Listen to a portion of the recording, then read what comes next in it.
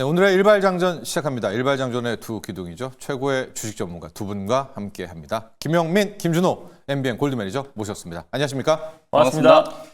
자, 트럼프 대통령에 대해서 뭐 이런저런 말도 많고 비난도 많이 하지만 주식 투자자들이나 코인 투자자들은 좋아할 수밖에 없는 인물입니다. 야, 여러분 또 S&P 500 나스닥 사상 최고치 찍었고요. 소매 판매는 오히려 좋고요. 뭐 승승장구하고 있습니다. 오늘 저희와 함께 하시면은 이 흑연에 대한 93% 관세와 2차 전지에 대한 이야기도 준비를 하고 있고 루시드, 이 우버와 루시드의 자율주행 이야기까지도 함께 준비되어 있습니다. 또 중간중간 프리마켓도 체크할 테니까 저희와 끝까지 함께해 주시기 바랍니다. 자, 오늘의 일발은 김준호 매니저부터 시작을 해보도록 할 텐데요. 네. 자, 오늘의 일발은 어디로 향하게 될까요?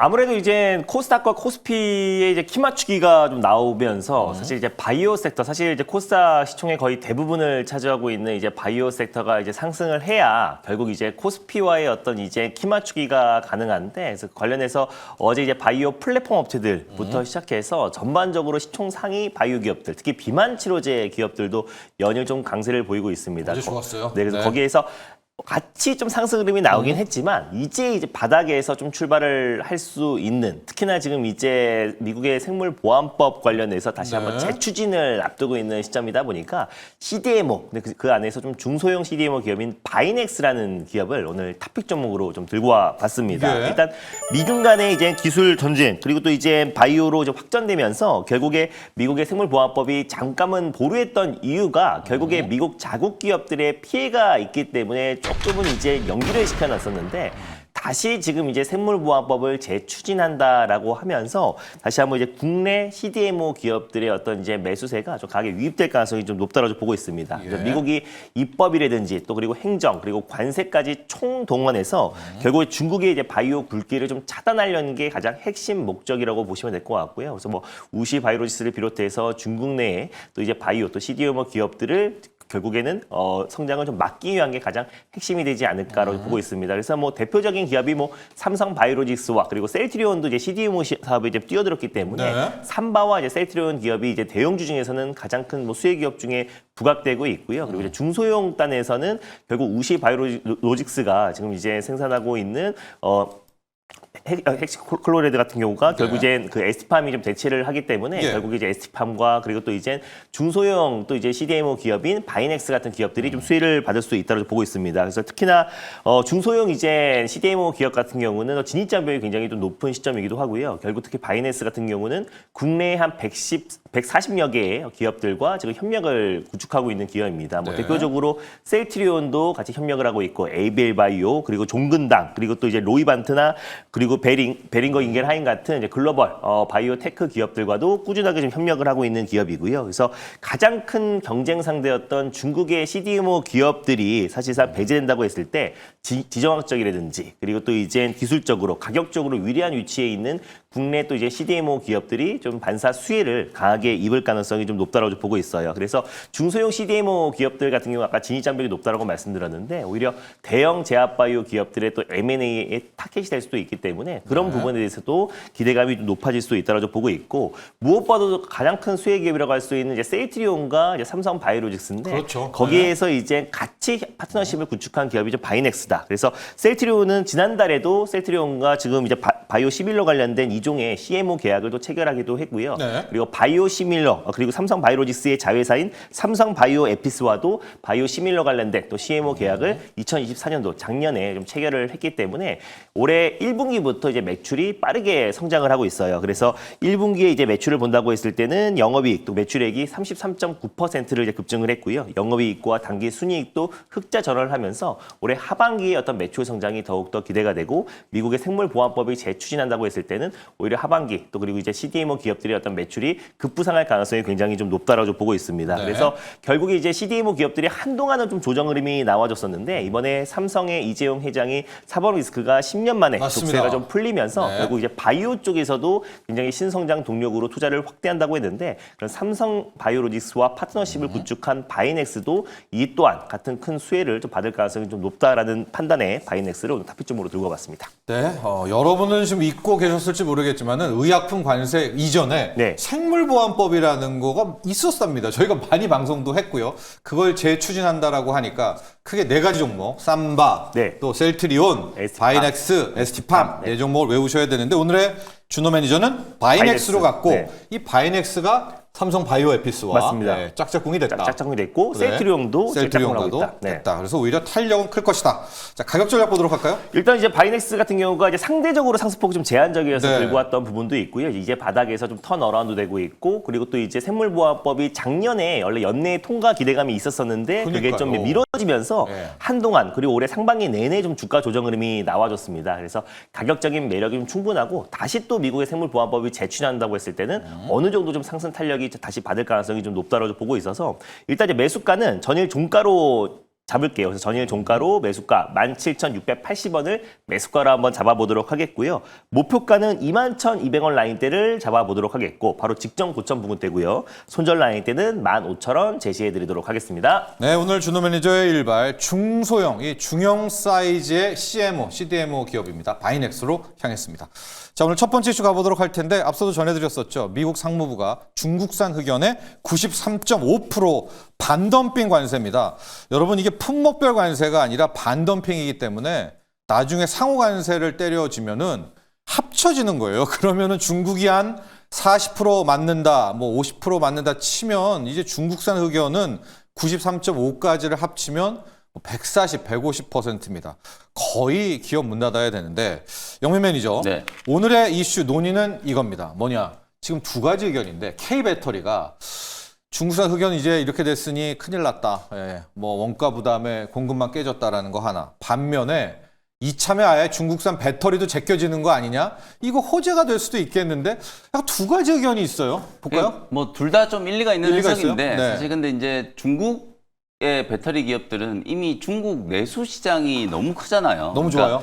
해외 시장에서 뭐 아무리 이제 중국 배터리나 이제 중국산 흑연. 자동차 뭐 그다음에 원재료 이런 것들을 이제 배제한다라고 해도 이미 바이든 행정부 때 IRA를 통해서 중국산을 배제하는 뭐 굉장히 강력한 정책을 썼음에도 불구하고 그 와중에 CATL, BYD 뭐 이런 중국의 이제 자동차 배터리 기업들은 엄청나게 이제 네. 고속 성장을 했잖아요. 이제 그런 부분들을 보더라도 사실은 이제 중국은 엄청난 이제 이 내수 시장을 기반으로 그리고 이제 중국 공산당을 중심으로 상당한 이제 어떤 정책적인 어떤 지원 됐다. 이런 것들을 이제 해주고 있는 상황이어서 사실 뭐 흑연에 뭐 93%의 이제 폭탄 관세를 부과한다라고 해서 중국 배터리 기업들이 뭐 고사된다. 이렇게 보기는 좀 어려울 것 같아요. 다만 이제 글로벌 이제 공급망에서 이제 중국산 원재료들을 이제 계속해서 좀 배제하는 움직임들은 가속화되고 있기 때문에 흑연뿐만 아니라 뭐 여러 분야에서 나타나고 있는 네. 상황이죠. 양극재의 핵심적인 이제 소재라고 할 수 있는 양극재 전구체도 지금 국산화에 대한 움직임들이 빠르게 좀 진행되고 있고요. 전해액도 마찬가지고요. 네. 뭐 이런 흐름들이 이제 계속 좀 진행되고 있는 상황이기 때문에 그 일환으로 좀 살펴보면 될 것 같고 문제는 이제 이게 우리 국내 증시에 이제 어떤 반응을 보일 것인가. 미국은 지금 퀀텀 스케이프가 이 전고체 만드는 이제 네. 배터리 수혜주잖아요. 대폭등을 하고 있어요. 차트를 제가 한번 예. 보여드리면은 정말 말도 못하게 이제 급등을 하고 있거든요. 지난 6월 말부터 이제 상승세가 시작돼가지고 6달러 정도 수준에서 이제 움직였던 게 오늘 지금 13달러를 넘어가고 있어요. 100%가 넘게 이제 급등을 하고 있잖아요. 그러니까 우리나라 배터리 기업들 중에서도 이렇게 좀 치고 나가는 정말 눈에 띄게 얘가 왜 이렇게 급등하나 우리가 제약바이오 업종도 지금 보시면은 막 펩트론 같은 이런 기업들이 신고가를 뚫고 급등을 하니까 이제 투자자들의 관심이 이제 계속 이쪽으로 쏠리는 것처럼 2차 전지 쪽에서도 소재단에 뭐 포스코 퓨처엠이나 에코프로 그룹주나 LNF나 뭐 이런 기업들의 이제 주가 흐름이 좀 강한 상승이 좀 만들어져야 시장에 대한 이제 주목도가 좀 높아지지 않을까라는 생각이 좀 들거든요. 그리고 오늘 뭐 말씀해 주셨던 것처럼 우버뿐만 아니라 지금 많은 기업들이 사실 자율주행 로보택시에 대한 이제 시장 진출을 이제 준비를 하고 있는 상황이기 때문에 하반기 때 이제 전기차 캐즘에 대한 어떤 극복 가능성 그리고 우리 국내에서는 약간 이제 정책적으로 어쨌든 친환경, 아리백 뭐 이런 이슈들이 그대로 좀 남아있는 상황이기 때문에 중국산 배제와 그리고 핵심 소재의 어떤 국산화 뭐 이런 움직임 속에서 관련된 종목들의 이제 움직임을 좀 보시면 될 것 같고요. 사실 이제 종목을 어떤 걸 이제 그렇죠. 접근을 해야 호재일지 되는지가 이제 악재일지부터 조금 판단해야 고민이긴 돼요. 한데요. 저는 네. 포스코 퓨처엠이나 LNF 정도는 단기적으로 조금 관심을 좀 가져봐도 될 것 같고, 그 다음에 이제 대주전자재료는 실적에 대한 기대감이 또 좀 가장 또 먼저 이제 반영될 수 있는 기업들이기 때문에 이런 기업들의 조금 변화되는 움직임을 잘 한번 눈여겨 좀 보시는 것도 괜찮지 않을까. 특히 오늘 또 금요일이잖아요. 네. 최근에 코스닥 시장이 800포인트 안착하고 난 이후에 키 맞추기에 대한 얘기들이 굉장히 많이 나오고 있죠. 코스닥이 아직도 지금 코스피 대비해서는 적정 레벨로 보면은 코스닥이 이미 한 950에서 1000포인트 가까이는 갔었어야 돼요. 이제 그런 흐름을 감안하면 2차 전지 소재 업종도 한 번 정도는 또 기술적인 이제 반등 추세가 만들어질 수 있다. 뭐 그런 차원에서 관련된 종목들을 한번 눈여겨 보시면 되겠습니다. 준호 매니저, 이 흑연, 뭐 배터리 핵심 소재죠. 여기에 이제 반도미 관세 매긴 것이 K 배터리에는 호재일까? 네. 아니면 호재는 아니죠. 악재일까? 아니면 네. 숨통이 있을까 부분인데 좀 나눠서 가볼게요. 포스코 퓨처럼 얘기했지만 이건 좀 흑연 광선 수입하니까 나름 괜찮을 것 같고, 뭐 실리콘 응곡제도 흑연 대체니까 대주전자. 좀 괜찮을 것 같기도 하고, 크게 보면 또 2차 전지가 뭐 이거 이런 참에 그냥 아예 중국 떨궈버리고 갈까? 뭐 이렇게 해석할 수도 있을 것 같고, 이거 참 어려운 문제입니다. 요 뉴스가 호재일지 약재일지. 일단 뭐 예? 기술적인 부분에서는 국내 이제 2차전지 소재 기업들이 사실상 기술 우위에 있는 건 맞는데, 결국에 2차전지 소재가 움직이려면 이 전기차 업황 자체가 좀 살아나야 네. 되는 게 이제 대전제죠, 가장 그게. 크다라고 네. 좀 보시면 될 것 같고요. 일단은 지금 이제 응급제의 핵심 원료라고 할 수 있는 흑연의 흑연. 이제 공급망, 특히 이제 중국이 한 99% 글로벌 시장을 장악을 하고 있는 네. 상태였기 때문에 오히려 예전부터 사실 공급망 다변화가 시급한 상황이어서 정부 차원에서도 움직였다. 맞습니다. 근데 사실 이제 천연 흑연에도 좀 단점이 있어요. 그러니까 양극재에서 응극재로 지금 이동할 때 천연 흑연 사이 층에 사이에 머물게 되면은 이게 부피가 팽창해가지고 구조 변화를 일으킬 수 있다는 단점이 있었습니다. 그래서 최근에 지금 대체제로 떠오르는 게 딱 두 가지인데, 그게 인조 흑연이랑 실리콘 응극제다라고 보시면 될 것 같아요. 예. 그래서 정부에서도 좀 인조 흑연 관련된 이제 육성 정책들이 계속 펼쳐지고 있고, 그 사업을 또 이제 포스코 퓨처엠이 또 하고 있어요. 그렇죠. 그래서 인조 흑연 같은 경우는 이제 충전 속도가 굉장히 빠르고 그리고 출력이 굉장히 큰데, 약간 이제 흑연을 자체적으로 이제 만들어낸다라는 이제 비용 부담이 좀 있지만, 결국에 지금 이제 중국의 어떤 이제 규제로 인해서 결국에 이제 국내 기업들이 반사 이익을 얻고, 그 안에서도 일단 흑연, 천연 흑연을 대체할 수 있는 이제 천연 그 인조 흑연에 대한 관심이 더 높아질 가능성이 높고, 그리고 오히려 또 실리콘 응극제 같은 경우는 이제 재작년부터 이제 그 채택률이 계속 늘어나고 있는 시점이잖아요. 그렇더라고요. 네, 그래서 결국 대주전자 재료라든지 포스코 퓨처엠 같은 기업이 결국 반사 수혜를 얻을 수 있다고 보고 있고, 이게 2차전지 업종 전체적으로 좀 수혜를 좀 받으려면은 아까 말씀드렸던 대전제였던 전기차 업황의 어떤 턴어라운드, 판매량이 확실히 숫자로 증명이 돼야 그때부터 2차전지 섹터의 어떤 강한 매수가 유입되지 않을까 좀 보고 있습니다. 네. 픽을 우리 한 종목씩 좀 받는다면 영민 매니저는 포스코 퓨처엠 할까요? 네, 대주전자재료? 포스코 포스코 퓨처엠? 네. 준호 매니저는 저는 대주전자재료? 대주전자 재료 해볼게요. 대주전자 왜냐면 재료? 대주전자 재료가 또 이제 테슬라와도 지금 이제 그렇죠. 공식적으로 발표하진 않았는데, 네. 이제 국내 기업과 협력을 하고 있다. 이미 이제 중국 배제가 나서면서 실리콘 응극제 국내 기업과 지금 협약을 체결했다고 했는데, 어느 기업인지 밝히지 않았어요. 다만 실리콘 응극제가 지금 현 시점에서 대주전자 재료가 가장 대량으로 생산할 수 있는 유일한 또 기업이다 보니까 결국에 지금 이제 흑연을 대체할 수 있는 실리콘 응극제를 대량으로 양산하고 테슬라와 공급 계약을 체결할 가능성이 굉장히 높았던 대주전자 재료를 탑픽으로 꼽아보도록 하겠습니다. 좋습니다. 미국의 흑연 소재 기업 주가는 올랐거든요. 예, 우리도 오늘 어떻게 될지 K 2차전지 배터리 주목하시고요. 영민 매니저, 이게 네. 테슬라 했는데 루시드도 기술이 되나 봅니다. 네. 우버가 자율주행 업체로 루시드를 네. 해버렸어요. 그럼 뭐 어쨌든 테슬라는 본인들이 이제 로보택시 사업을 하니까 네. 사실 이제 우버 같은 기업들 입장에서는 말 그대로 이제 하드웨어를 공급해 줄 수 있는 업체가 있어야 필요하죠. 되잖아요. 네. 이제 그런 업체로 이제 루시드가 선정이 이제 됐다라고 이제 볼 수 있을 것 같고, 아무래도 이제 2026년까지 이제 장기 공급 계약을 이제 체결을 한 상황이고, 실제로 이제 과연 루시드가 얼마나 이제 이 자율주행 로보택시 기술이 내재화되어 네. 있는지에 대한 부분들은 아직까지는 좀 잘 모르겠어요. 그래서 사실 일단 계약을 했다라는 이제 소식 때문에 주가가 오늘 거의 뭐 장중에는 40%가 넘게 급등을 했기 때문에 네. 이렇게 여러분들 생각해 보시면 될 것 같아요. 뭐 루시드를 우리가 이제 뭐 투자의 관점으로 바라보는 것보다는 지금 우버뿐만 아니라 많은 기업들 전 세계 중국에서는 정말 우죽순 지금 로보택시 업체들이 생기고 네. 있고 베이징을 중심으로는 이미 상용화가 다 시작이 됐어요. 앱으로 그냥 택시 부르면 운전기사도 없는 택시가 그냥 딱 와가지고 네. 목적지에 이제 앱으로 우리가 설정을 해놓잖아요. 그럼 알아서 거기다가 이제 태워다 주고 계산까지 자동으로 되는 거예요. 운전도 잘한다면서요? 네, 지금 이미 네.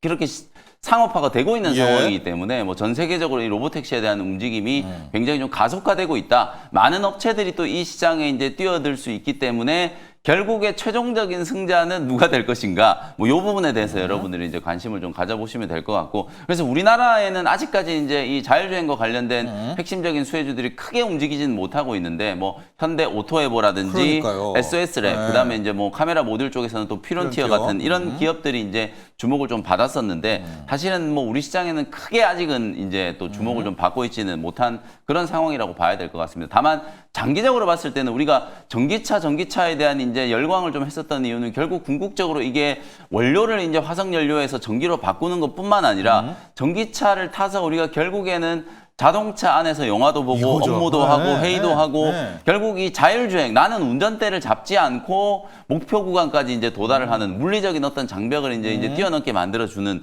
그런 이제 혁신을 우리가 이제 기대했던 거잖아요. 이제 그 단계로 나아가기 위한 과정들이 테슬라를 중심으로 또 우버 이런 기업들 쪽으로 하나씩 이제 진척되고 있다라는 이제 측면에서 보면 자율주행 시장도 뭐 지금은 뭐 개화 단계라고 볼 수 있습니다만 한 2, 3년 이후에는 또 엄청나게 이제 또 폭발적으로 네. 성장하는 분야가 좀 될 수 있지 않을까 이런 생각이 좀 들고 뭐 국내에서는 저는 준호 매니저도 이제 많이 강조해드렸던 종목인데요. 현대 오토에버 네. 최근에 아무래도 또 이게 삼성도 그렇고 어제 이제 이재용 회장 재판 판결도 나왔었고 이제 지배 구조나 가버넌스 이런 것들도 우리가 꼭 좀 참고를 해야 되는 부분이기 때문에 현대 오토에버 정도는 아무래도 이제 현대차 그룹의 핵심적인 또 그렇습니다. SDV 이제 네. 전환을 이제 또 주도하는 네. 기업이고 자율주행, 전장 뭐 이런 사업 쪽에서 또 소프트웨어 역량을 이제 또 가지고 있는 기업이기 때문에 현대 오토에버는 좀 중장기적으로 한번 이제 눈여겨보실 필요가 있지 않을까 그렇게 말씀 좀 드리겠습니다. 네, 준호 매니저. 이 자율주행은 준호 매니저의 자유로 네. 3대 테마 자의 그 첫 번째 자율주행이었는데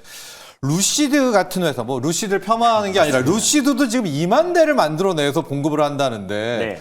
우리 K 자율주행은 지금 왜 못 가요? 일단 뭐 어제 루시드가 한 40% 가깝게 이제 폭등이 나왔는데 제가 네. 차트를 잠깐 띄워놨는데요. 네. 이게 이제 2021년도에 51달러까지 갔던 그때 막 니콜라 모터스 열풍과 테슬라의 네네. 열풍으로 크게 올라갔던 주가가 최근에 1달러까지 갔었어요. 그래서 1달러까지 떨어졌다가 거의 뭐 심폐소생술이 나오면서 한 40% 정도 반등이 나와줬기 때문에 루시드의 오늘 반등은 크게 의미 부여를 할 필요는 없다라고 좀 보고 있습니다. 네. 근데 이제는 사실 루시드가 자동차를 이제 공급을 한다라고 보시면 되고 네. 그 플랫폼은 이제 우버. 우버가 네. 책임을 지고 너무 좋죠. 자율주행은 네. 이제 누로라는 이제 자율주행 스타트업 기업이 음. 있어요. 근데 이제 그 방식이 약간 테슬라처럼 풀셀프 드라이빙 AI를 기반으로 한 자율주행이었으면 너무나 좋았는데 마찬가지로 구글의 웨이모 방식이에요. 그러니까 한마디로 차량에 고성능의 어떤 센서들을 많이 부착해서 3D 매핑, 그 딱 매핑된 자료, 우리가 로봇 청소기를 돌려보면 딱 매핑된 구역에서만 이제 라이다 센서를 통해서 집안에서 청소를 하잖아요. 그거와 똑같은 방식으로 고정밀 지도를 통해서 라이다, 레이다, 그리고 또 이제 HDR 카메라, 마이크를 통해서 그 정해진 매핑 안에서만 자율주행이 가능하기 때문에 사실 지금 이제 우버 입장에서는 테슬라의 지금 로보택시 등장으로 마지막 어떻게 발악을 하고 있는 것 같다라고 좀 제 입장에서 판단이 됩니다. 예. 그렇다라는 건 지금 뭐 루시드뿐만 아니라 사실 루시드도 거의 지금 망해가는 회사라 손을 잡은 거잖아요. 그래서 최근에 중국의 바이두와 또 폭스바겐과 그리고 또 웨이브와 그리고 엔비디아의 코스모스 플랫폼도 적용하겠다 하면서 지금 많은 기업들과 지금 협력을 하면서 사실 살아남기 위한 마지막 좀 발악으로 보여지지만 결국에 예. 지금 손을 잡고 있는 기업들마다 다 하나하나 예전에 지금 구글의 웨이모 방식이라서 사실 확장성 부분에서 완전히 떨어진다. 그래서 결국 기존에 있던 차량에 덕지덕지 라이다와 레이더를 부착해야 되기 때문에 비용부터 차량 한 대당 거의 1억에서 1억 5천 이상이 안되죠. 들기도 네. 하고요. 그리고 확장성도 힘든 게 사실 지금 테슬라 같은 경우는 지금 이제 텍사스 오스틴의 지역을 빠르게 늘려나가고 있잖아요. 그렇다라는 건 지금 이미 지금 구글의 웨이모 지역보다 훨씬 더 넘어졌습니다. 그러니까 확장성부터가 다시 또 새롭게 매핑을 또 해야 되고 프로그래밍을 해야 되기 때문에 시간이 오래 걸릴 수밖에 없다. 그래서 결국에는 초반에 이렇게 발악을 하겠지만 결국에 테슬라의 지금 이제 풀셀프 드라이브 로보택시가 빠른 속도로 미국 전역으로 확산될 수밖에 없기 때문에 서서히 저는 이제 우버의 몰락이 좀 시작될 가능성이 좀 높다라고 보고 있습니다. 그래서 전반적으로 이 부분보다는 우리 국내 때문에 이제 자율주행의 속도를 더 빨리 내야 된다라는 게 저희 입장이고 결국 이제 현대차가 결국 보여줘야 되는데 그 안에서 현대오토 에버 같은 경우가 지금 이제 뭐 SDV 근데 우리가 더 시급한 거는 사실 자율주행보다 이 차량이 일단 소프트웨어화가 돼야 되는데 아직 그것 또한 제대로 안 돼 있는 상태잖아요. 그래서 차량이 소프트웨어화 돼야 그걸 이제 OTA라고 무선 업데이트 서비스가 가능한 건데 아직 지금 모든 전 차량에 지금 이제 소프트웨어가 안 되어 있지 않는 상태다 보니까 결국 이 전환의 속도가 빨라져야 되고 그리고 우리 또한 마찬가지로 자율주행으로 가려면 결국 전기차로 전환이 될 수밖에 없는 거예요. 그래서 기존의 어떤 내연기관으로는 자율주행으로는 한계가 있기 때문에 결국에 이제 전기차로 전환이 되고 그리고 또 그게 SDV 전환이 된 상태에서 이제 자율주행 완전 자율주행으로 빠른 속도로 가지 않을까라고 보고 있습니다. 그 역할을 하는 기업이 바로 현대오토 에버다라는 것을 참고하셨으면 좋겠습니다. 지금 말씀해 주신 것처럼 이제 OTA나 이런 것들이 이제 진행이 되는 결국에는 우리나라가 이제 뭐 기술력이 크게 많이 이제 뒤처졌다 이런 것보다는 결국 규제 때문이에요. 이 규제가 이제 전폭적으로 좀 풀려야 OTA에 대한 부분들도 이제 빨리 좀 도입이 좀 될 수 있는 거고 그래야 이제 사실 시범 사업을 하거나 테스트를 빨리 해서 데이터를 빠르게 좀 축적을 해놔야 그래야 이제 자율주행 이제 로보택시 사업을 할 수 있는 거거든요. 테슬라가 그동안에 일론 머스크가 정말 뭐 엄청나게 각 정부를 대상으로 이제 협상을 해가면서 그 데이터를 쌓아왔던 게 이제 지금 트럼프 행정부 들어서서 실제 이제 상업화 단계로 이제 들어가고 있는 거잖아요. 그러니까 우리나라도 사실은 뭐 분당에서도 그런 시범 사업을 좀 했었고 경기도에서도 했었고 뭐 그렇습니다만 실제로 이 규제가 빨리 이제 좀 풀려야 전폭적인 어떤 지원과 투자가 이제 진행될 수 있다라는 것도 참고를 좀 하시면 될 것 같습니다. 네. 프리마켓 특징주 리뷰 함께 가보도록 하겠습니다. 어제 펩트론 아주 뭐 D&D 파마텍하고 날랐거든요. 용민면 이제 펩트론하고 오스코텍 리뷰 보도록 하겠고 현재 프리마켓에서는 이제 리가켄바이오가 또 오랜만에 일단 본장에서는 모르겠지만 달려주고 있습니다. 세 종목 보도록 할까요? 사실 이제 지금 언급해 주신 종목들을 이미 제가 뭐 지난 수주 동안에 너무 강조를 많이 해왔기 때문에 사실 이미 많이 이제 좀 공략을 좀 하신 분들이 좀 많을 거라고 저는 믿고 싶고 한 2주 전부터 제가 여러분들이 저한테 바이오는 왜 안 가요? 이런 질문들을 많이 하신다라고 하면서 이제 갈 때가 됐으니까 신고가 흐름들이 이제 나오기 시작하면 이제 대세 상승이 시작된다. 이제는 아마 이제 제약바이오 종목들이 왜 안 가나라는 생각을 하시는 분들이 거의 없으실 것 같고요. 리가켄 바이오가 오늘 이제 또 프리마켓에서 강하게 움직이는 이유는 어저께 이제 UBS에서 사실 글로벌 이제 특히 우리 국내 바이오 기업 중에서는 탑 1순위로 이제 리가켄 바이오를 꼽았고 목표가를 18만 원으로 또 상향을 했어요. 이제 목표가를 올린 이유는 하반기 때 이제 또 ADC와 관련된 이제 빅딜이 이제 예상이 좀 된다. LCB 이제 84 이제 얀센 쪽으로 이제 기술이 됐던 이 후보 물질의 콜옵션이 하반기 때 이제 또 예상이 좀 되어 있고 추가적으로 이제 트랍2 변이 쪽으로도 ADC가 이제 확장될 수 있는 그런 가능성. 그래서 중장기적으로 봤을 때 이제 리가켄 바이오 주가가 18만 원까지도 이제 상승할 수 있다. 뭐 요런 의견을 이제 개진을 좀 했기 때문에 오늘 이제 프리마켓에서 주가가 이제 강하게 움직이는 거라고 보시면 되고요. 요번 주에 히트 상품은 펩트론이었어요. 제가 요거를 이틀 전에 여러분들께 루프원 자꾸 이게 식약처 승인 받은 걸 가지고 이게 루프원 승인 받아서 이제 뭐 매출이 나와서 주가가 올라가는 거다 이렇게 얘기를 하시는 분들이 많은데 전혀 잘못된 얘기고요. 제가 지난 이틀 전에 루프원이라는 얘기, 루프원이 이제 국내 식약처에 이제 승인을 받았다라는 말씀을 좀 드리면서 요 의미를 잘 해석해야 우리나라 비만 치료제 종목들이 왜 움직이는지를 이제 정확하게 판단할 수 있다라는 거 강조를 좀 해드렸었죠. 실제로 루프원은 이게 무슨 신약이 아니고요. 다케다 제약에서 만든 루프린이라고 하는 치료제예요. 이게 이제 전립선이나 성조수증 치료제 이런 쪽에 이제 쓰이고 있는 건데 이거의 제네릭을 만들었는데 문제는 이걸 이제 제형을 펩트론이 자랑하는 스마트 대포 이제 장기 약물 플랫폼을 적용을 시켜서 원래 일주일에 한 번씩 주사를 맞던 걸 4주에 한 번 주사 맞는 걸로 만들어 가지고 식약처에서 이제 승인을 받은 거예요. 그러니까 장기 약물 플랫폼 스마트 대포가 적용된 최초의 이제 상업화 사례이기 때문에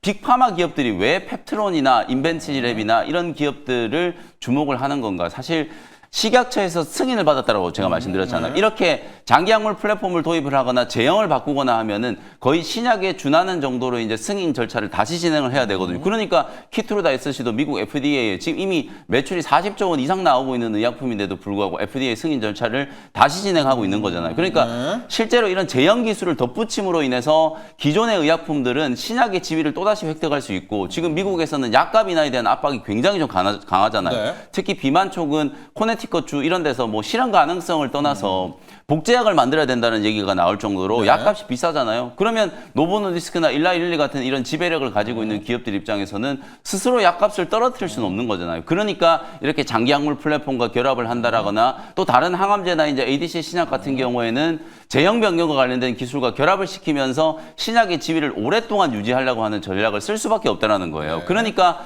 펩트론과 같은 이런 플랫폼 기술을 가지고 있는 기업들이 주목을 좀 받으면서 주가가 동반해서 이제 같이 강하게 올라가는 거라고 이해하시면 되고, 특히 펩트론은 그동안에 소문만 무성했잖아요. 네. 과연 스마트 대포가 상업화가 될까? 상업화가 되지도 않는데 왜 공장을 지어놨을까? 이런 이제 네. 의문들이 있었는데 루프원이 이제 드디어 승인이 좀 되면서 사실상 이제 일라일릴리뿐만 아니라 이게 비만 치료제 쪽으로도 분명히 이제 이 스마트 대포 기술이 적용될 수 있다라는 확신 때문에 이번 주에 주가가 굉장히 좀 강하게 급등하는 거다라고 말씀을 좀 드렸고요. 그래서 제가 지난 화요일 날 소개를 해드릴 때도 네. 주가가 이미 한번 치고 올라온 자리인데도 불구하고 말씀 좀 드렸잖아요. 그러니까 지금 D&D 파마텍, 펩트론, 에이프릴 바이오, 그다음에 인벤트지렉과 같은 이런 플랫폼 기술을 가지고 있는 기업들은 얼마든지 저는 이제 추가적인 상승이 가능하고 또 빅파마들과의 협력에 대한 기대감들이 이제 반영될 수 있는 가능성이 높다라고 보기 때문에 계속해서 좀 주목을 해 보셔라. 펩트론도 일단 30만 원 정도는 충분히 한번 넘어갈 수 있는 가능성이 이미 이틀 만에 지금 뭐 펩트론 같은 경우에 수익률이 26%를 네. 찍었거든요.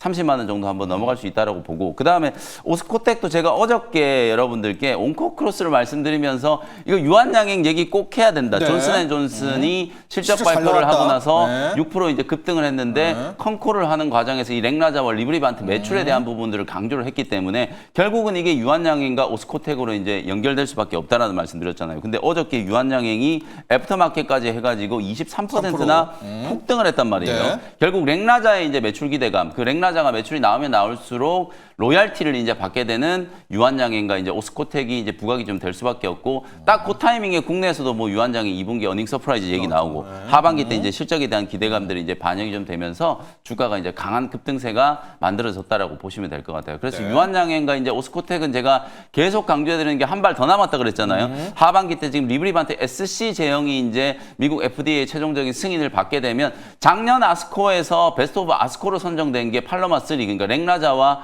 리브리반트 SC 제형의 병용요법이 베스트 오브 아스코에 선정됐거든요. 그 이유가 기존에 한 2시간 정도 걸리던 이제 투약 시간을 5분 안으로 이제 줄일 수 있고, 투약 시간이 줄어드는 것뿐만 아니라 약효의 안전성과 유효성이 이제 더 뛰어나다 보니까 경쟁력 타그리소 대비해서 전체 생존 기간이라든지 객관적 반응률이 월등히 앞서고 있기 때문에 매출을 다 대체할 수 있는 이제 자신감을 존슨앤존슨에서 이제 피력을 한 거였거든요. 네. 그게 실제로 이제 숫자로 나타나고 있다는 걸 지금 검증을 받고 있기 때문에 유한양행과 오스코텍 주가가 이제 겨우 이제 바닥에서 꿈틀대고 있는 상황이다. 이렇게 보시면 될 것 같아요. 그래서 오스코텍도 네, 가격적으로 뭐 한번 충분히 볼까요? 추가적으로 오스코텍? 저는 더 올라갈 네. 수 있는 자리가 있다라고 보고요. 네. 오스코텍은 또 자회사 제노스코 이제 상장하는 것도 철회를 철회했죠. 했고 네. 불확실성이 이제 다 제거되어 있는 상황이기 때문에 뭐 한 4만 원 이상까지는 충분히 단기적인 관점에서도 한번 예. 슈팅이 들어올 수 있으니까요. 목표가 4만 원 유지를 좀 하면서 대응 전략을 좀 세워보시면 되겠습니다. 네, 펩트론과 오스코텍 리뷰를 했습니다. 펩트론은 스마트 대포, 이제 전립선, 다른 약, 비만 아닙니다. 다른 쪽까지도 전용이 이제 가능하다라는 거고, 오스코텍과 유한양행은 한 발이 남았다. 렉나자와 리브리반트의 요 SJ형 두 개 같이 태우는 네. 이 병용요법에 대한 재료가 있기 때문에 한 번 더 주목을 하라, 이렇게 평가를 해주셨습니다.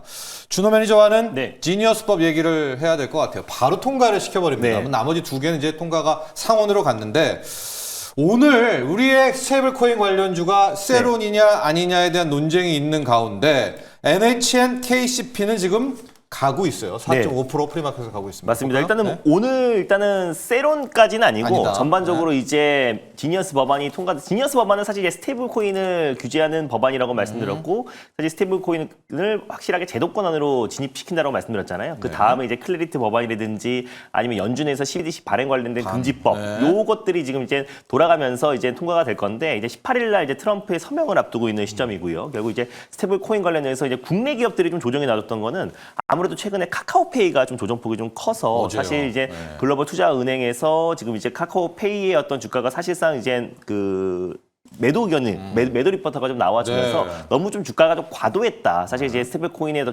기대감, 우리가 아직 입법화도 안 된 시점에서 우리 원화 기반의 지금 이제 그 카카오페이가 너무 과도한 상승이 나왔다라는 평가인데, 사실 그렇게 따지면은 그 바이오 섹터에서도 펩트론도 이미 일리알릴리의 사실상 기술 이전의 기대감으로 바닥 대비 40배 이상 올라간 거잖아요. 그러니까 사실 스테이블 코인 관련해서 입법화와 그리고 사실 카카오페이 위치가 이 전 정권에서 이제 카카오 그룹 자체가 좀 큰 폭의 어떤 조정 흐름이 나와주기도 했었고 정권에 바뀌면서의 어떤 기대감도 적용되고 있고 그리고 이제 STO 법제화도 지금 속도를 내고 있는데 남아있죠. 그랬을 때 또 카카오페이의 역할과 그리고 전반적으로 이제 정부 정책의 AI 3대 강국으로 가는 과정에서 카카오 그룹의 역할이 너무나 클 수밖에 없기 때문에 그 기대감이 전 적용됐다고 보고 있어요. 다만 외국계 증권사의 이제 매도 리포트로 인해서 국내 증권사들도 앞다퉈서 다시 한번 목표가 하향 보고서가 맞아요. 연달아서 나와주다 보니까 주가 조정 흐름이 나아졌는데 저는 뭐 중장기적으로 네카오를 비롯해서 뭐 스테이블 코인 플러스 AI 어떤 3대 강국으로 가는 기업들은 중장기적인 성장성은 남아 있다로 좀 보고 있습니다. 그래서 예. 뭐 NHN, KCP를 필두로 한 우리 기술 투자 그리고 또 이제 뭐 스테이블 코인 관련된 종목들이 장 초반에는 좀 강세 흐름이 이어지는데 이게 오후장까지 계속 이어질지는 좀 지켜봐야 될 것 같고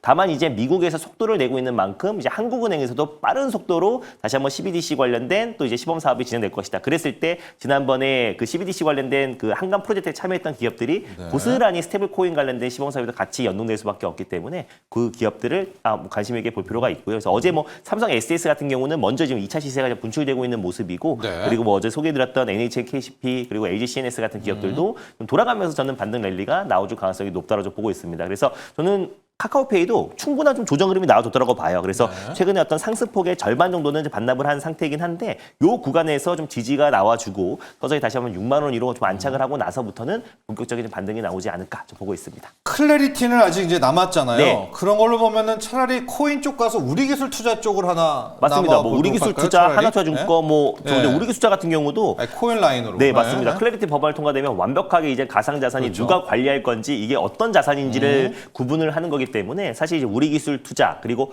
한화투자증권 네. 그래서 저는 우리기술 투자 대비해서 아직까지 좀 상승폭이 좀 제한적인 게 한화투자증권이라고 봐요. 왜냐하면 우리기술 투자 같은 경우는 두나무 지분을 7% 가지고 있고 6% 이상 가지고 있는 게 한투인데 예. 한투 같은 경우는 지금 이제 이재명 정부에서 강력하게 추진하고 있는 코스피 5000 시대에 가장 큰 또 수혜 기업이 사실 증권주잖아요. 네. 그래서 이제 증시 부양책과 그리고 이제 크립토 천조 시대 이 두 가지의 모멘텀을 다 가지고 있는 기업이라고 보시면 될 것 같고 특히 이제 하나투자증권 같은 경우는 토스 혁신법인 지분도 10% 가지고 있어요. 그래서 토스도 대표적인 핀테크 기업으로서 또 그리고 하나투자증권 같은 경우는 앞으로 어떤 성장성도 기대된다. 그리고 카카오페이도 네. 자회사가 카카오페이 증권과 카카오페이 손해보험이 있어요. 그래서 최근에 보험주들의 어떤 매출 성장세와 그리고 또 이제 증권 쪽의 매출이 빠르게 급증하고 있다는 점도 참고하셨으면 좋겠습니다. 네. 자, 우리 스테이블 코인 지니어스법 통과까지도 봤고요. 영민 매니저, 네. 오랜만 이번 주에 이제 초장에 갔다가 이제 두산 에너빌리티 한번 보도록 하겠습니다. 네. 원전주이기도 하고 환경부 장관이 이제 과거에는 완전히 신재생이었던 맞습니다. 분이었었는데 그제였었나요? 이제 갑자기 신규 원전 건설을 와 충격적이었었는데 그렇죠. 그제로 크거든요. 그래서 맞습니다. 이제 게시판은 좋아하시더라고요. 이 원전의 시대가 왔다고. 두산 에너빌리티를 포함해서 원전 얘기 좀 해보도록 네, 할까요? 두산 에너빌리티하고 이번 주에 또 화요일 날 태웅이라는 종목 네, 태웅까지 소개해드렸잖아요. 같이 네. 한번 좀 네. 설명을 좀 좋습니다. 드리도록 하겠습니다. 일단 다음 주에 또 빅 이벤트가 하나 또 있잖아요. 네. 트럼프 대통령이 이제 AI 액션 플랜 결국 이거는 인프라에 대한 이제 투자 계획일 거기 때문에 하나의 축은 이제 데이터 센터를 짓겠다. 네. 그럼 데이터 센터 지으면 엄청난 이제 전력 수요가 생기는데 그걸 어떻게 충당을 할 것이냐? 원전 태양광이다. 뭐 그런 이슈가 이제 좀 남아 있는 거고 말씀드렸던 것처럼 환경부 장관, 뭐 산자부 장관 다 이제 원전은 이제 필수적이다. 결국 이제 환경부 장관도 이제 그 전에 이제 일할 때는 이제 원전을 이제 배제하는 엄청난 탈원전을 분이었죠. 이제 주도했던 네. 이제 분이었는데 네. 입장이 완전히 좀 바뀌었어요. 사실은 네. 이제 시대가 또 바뀌었고 네. 그 시대에 맞는 이제 정책을 또 네. 추구를 해야 된다. 결코 이제 또 재생에너지만 가지고는 지금 현재 이제 에너지 문제를 해결할 수가 없기 때문에 원전, 특히 대형 원전을 이제 짓는 거는 불가피하다. 이렇게 이제 얘기를 했단 말이에요. 그러니까 신규 원전. 맞습니다. 네. 우리나라에서도 신규 원전이 이제 착공될 수 있는 가능성이 있기 때문에 뭐 네. 두산 에너빌리티는 국내외에서 사실 이제 대규모 수주에 대한 기대감 그리고 이제 결정적으로는 SMR에 대한 이제 기대감이 여전히 좀 남아있다. 지금 주가가 약간 저는 횡보하는 건 일단 네. 단기적으로 인간적으로 좀 5월, 6월 달에 지금 보시는 것처럼 너무 많이 올랐잖아요. 너무 많이 오른 부분에 대한 약간의 이제 숨고르기 조정이고 그리고 지금 실적 시즌이 시작되는데 제가 말씀드렸던 것처럼 원전 기업들이 지금 당장 실적이 막 방산 기업들처럼 서프라이즈하게 좋지는 않을 거거든요. 왜냐하면 이제 막 이제 탈원전이 이제 시작되는 단계고 새로운 수주 수주들을 이제 하고 있는 단계이기 때문에 실적에 대한 약간의 이제 좀 부담 그런 것들 때문에 기간 조정을 이제 거치고 있는 거지. 뭐 중장기적으로는 두산 에너빌리티나 이제 태용 같은 이런 기업들의 모멘텀은 여전히 유효하다. 특히 또 태용은 결정적으로 이게 미국발 SMR 이제 발주가 됐을 때 예. 직접적인 수주, 캐나다에서 2차 수주가 이제 될 수 있는 가능성도 제가 말씀드렸습니다만 미국에서 이제 수주할 수 있는 가능성도 있거든요. 차트를 보면 뭐 태용도 거의 두산 에너빌리티하고 비슷하잖아요. 네. 5월, 6월 달에 이제 급등을 했다가 약간 옆으로 이제 횡보 조정이 좀 진행되고 있는 단계인데 오히려 요럴 때 원전을 좀 장기적인 뷰를 가지고 이제 투자하시는 분들은 좀 차분하게 좀 모아가는 그런 전략으로 대응을 하시면 되지 않을까. 그래서 딱 지금 두 종목을 꼽으라고 하면 저는 뭐 두산 에너빌리티와 태용이 좀 대장주 역할, 대형주 중에서는 두산 에너빌리티, 원전에선. 뭐 중소형주 중에서는 태용 요렇게 네. 이제 대장주를 좀 꼽아보면 될 것 같습니다. 그렇습니다. 산자부 장관 후보죠. 김종환 후보자는 또 아예 두산 에너빌리티 출신이잖아요. 그렇죠. 예. 네. 시대가 바뀌어서 이제 신규 원전에 대한 이야기까지도 함께 나오고 있다는 점. 뭐 정치 뉴스긴 하지만 또 여러분도 알아두셔야 될 것 같아요. 일발 갈까요? 네, 영민이죠. 네, 일발 종목 소개를 좀 해드리도록 하겠습니다. 지금 뭐 제약바이오 종목들 흐름이 워낙 좀 좋아서 오늘도 이제 이어달리기 차원에서 SK 바이오팜이라는 종목을 소개를 좀 해드리도록 하겠습니다. 앞서 이제 질문하셨던 뭐 리가캠 바이오는 UBS 이제 리포트가 나왔고 또 보로노이 같은 경우에는 VRN10이 지금 약간 이제 N2와 뭐 병용요법에 대한 이제 그런 얘기들이 좀 나오고 있어서 오늘 또 보로노이도 네, 주가가 지금 이제 가고 상승 있네요. 출발하고. 네. 근데 많이 오른 종목들 나는 뭐 아무리 네가 좋다 그래도 못 사겠다 이런 생각을 또 갖고 계신 분들이 있을 수 있거든요. 저는 근데 지금도 알테오젠, 리가캠, 보로노이, 펩트론 뭐 이런 종목들을 좀 중점에 놓고 이제 보시는 게 좀 좋다라는 전략인데 또 제약바이오 종목들이 그 종목만 있는 건 아니거든요. 그러니까 오늘 제가 소개드린 이제 SK 바이오팜 그리고 우리 준호 매니저님 말씀하셨던 이제 CMO, 파이넥스. CDMO 기업들 뭐 이런 기업들도 충분히 이제 가능성이 있는 기업들이기 때문에 바닥권에서 이제 출발하는 SK 바이오팜 뇌전증 신약을 이제 만든 기업 엑스코플이라는 이 뇌전증 신약을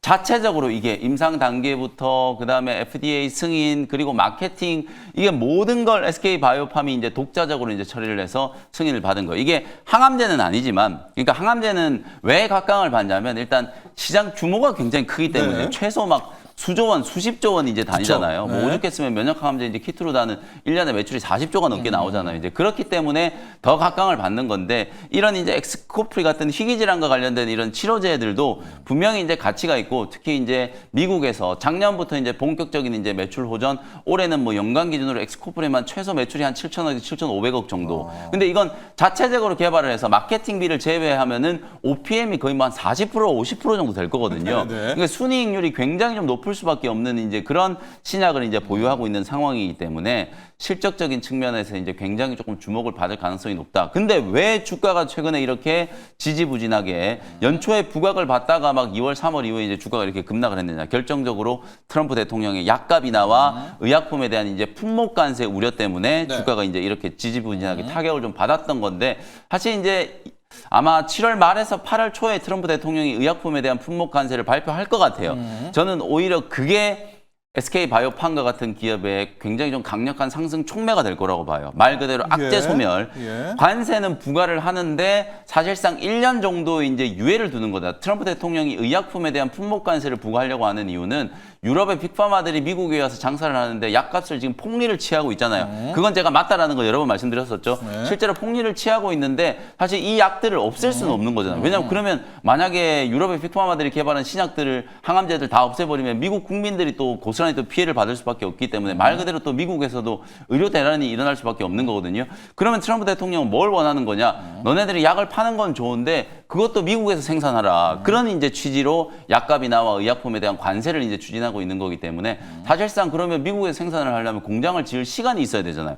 200%든 300%든 관세를 부과해 놓고 어쨌든 1년에서 1년 반 정도 유예를 두겠다라고 하는 거니까 오히려 관세를 부과하고 나면 저는 불확실성이 굉장히 좀 빠르게 해소될 수 있는 가능성이 매우 높다라고 이제 보거든요. 그런 측면에서 보면 어저께 뭐 유한양행도 급등을 했고 SK 바이오팜도 동반해서 이제 한 5, 6% 정도 강세 흐름이 나타났던 건 결국은 실적에 대한 기대감이에요. 그리고 이제 의약품에 대한 품목 관세가 악재가 터지고 나면 오히려 불확실성이 좀 해소된다라는 측면에서 보면 SK 바이오팜도 좋습니다. 주가는 이제 충분히 바닥권을 이제 좀 탈피하는 흐름이 이제 나타날 수 있는 가능성이 높다. 특히 엑스코프리 같은 경우에는 이 정말 SK 바이오팜이 발품을 팔아가지고 모든 병원들과 환자들을 직접 찾아다니면서 엑스코프리에 대한 효능을 이제 또 홍보를 좀 했었고요. 실제로 다른 뇌전증과 비교해서 발작 소식률이 일단 경쟁 신약 같은 경우에는 한 5% 정도밖에 안 되는데 엑스코프리 같은 경우에는 이게 21%가 넘어갔단 말이에요. 결국 이 뇌전증이라는 게 발작 소식률이 가장 좀 중요한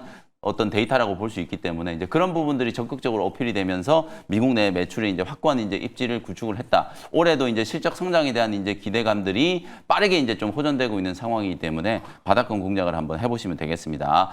가격 전략을 좀 말씀을 좀 드려보도록 할게요. 네. 일단 주가는 뭐 한 10만 3천 원, 어제 종가 10만 3천 원에서 지금 뭐 프리마켓에서 한 2% 정도 올라오고 있는데 10만 3천 원에서 10만 한 5천 원 정도 그 정도를 이제 매수 밴드로 좀 잡아 놓으시고 일단 1차적인 목표 가격은 주가가 조금 무너져 내린 요 자리 있잖아요. 이게 1, 2월 달에 이제 강하게 또 급등을 했었다가 13만 원 찍고 이제 이만큼 무너졌었는데 한 12만 원 정도를 단기적인 목표가로 좀 잡아 놓고 주가 이제 회복을 한번 기대를 좀 해보면 될 것 같고요. 네. 손절가는 지금 최근에 이제 저점 9만 원짜리는 요거 이제 깨지면은 뭔가 문제가 생긴 거예요. 그래서 요거 깨지면은 꼭 이제 손절 매도를 한다라는 측면에서 손절가는 9만 원 참고를 해보시면 되겠습니다. 좋습니다. 오늘 영민 매니저의 일반은 SK바이오팜, 오히려 의약품 품목 관세 부과가 불확실성 해소라는 그거 하는 모멘텀 기억하시고요. 앞서 준호 매니저 일반은 바이넥스였습니다. 네, 맞습니다. 생물보안법 아직 살아 있습니다, 여러분들. CMO, CDMO 쪽까지 초점 맞추시기 바랍니다.